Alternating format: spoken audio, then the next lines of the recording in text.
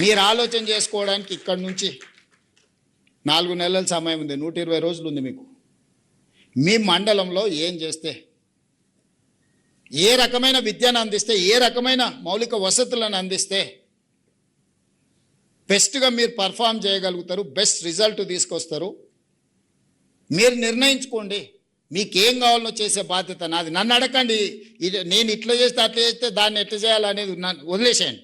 మీరే చెప్పండి. మీరు చెప్పింది నేనంటే 5 సంవత్సరాలు మీరు ఇచ్చిన సూచనలు mandal wise as a cluster, ఆ మండలంకి ఏం కావాలో మండలం ఉండే టీచర్లు అందరూ కూర్చోండి.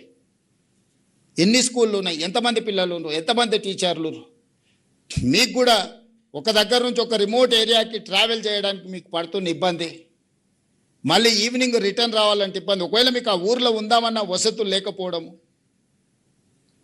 జాయింట్ ఫ్యామిలీ ఉన్నప్పుడు కుటుంబంతో కలిసి ఉండాలంటే ఆ ఊర్లో మీకు పరిస్థితులు లేకపోయి ఉండొచ్చు.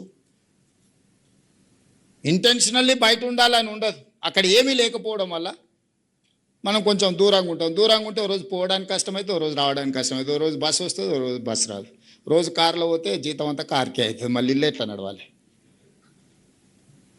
అందుకోసమని మండలాన్ని ఒక యూనిట్గా తీసుకొని ఆ మండలంలో మీరు చూసి వచ్చారు. ఇప్పుడు ఫిన్లాండ్లో మీరు ఒక సిస్టమ్ చూసారు, జర్మనీలో ఇంకొక సిస్టమ్ చూసారు. లేదా ఈరోజు ప్రపంచ పరిజ్ఞానం అంతా మన గుప్పెట్లోనే ఉంది. నెట్ అండ్ ఇంటర్నెట్ అండ్ మన మొబైల్లోనే 90% మనం తెలుసుకోవడానికి ఉంది. మీరు ప్రణాళికలు సిద్ధం చేసుకోండి. ప్రభుత్వానికి ఒక కట్ ఆఫ్ డేట్ పెట్టుకొని ఒక వెబ్సైట్ క్రియేట్ చేయ యోగిత గారు. ఆ వెబ్సైట్లో వాళ్ళతోని ఇన్పుట్ తీసుకొని మండల్ వైజ్ దాంతో మనం ఏం చేయాలనేది ఒక నిర్ణయానికి వద్దాం.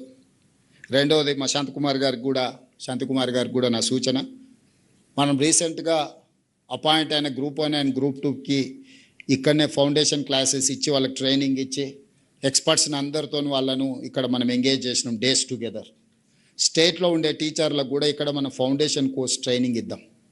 Best of the best training ఇక్కడ అకామిడేషన్ ఇచ్చి వాళ్ళకి ట్రైనింగ్ ఇస్తాం, వాళ్ళకు ఒక ఎక్స్పోజర్. మనం ఎక్కడైతే ఫోకస్ చేయాలో అక్కడ చేస్తలేం.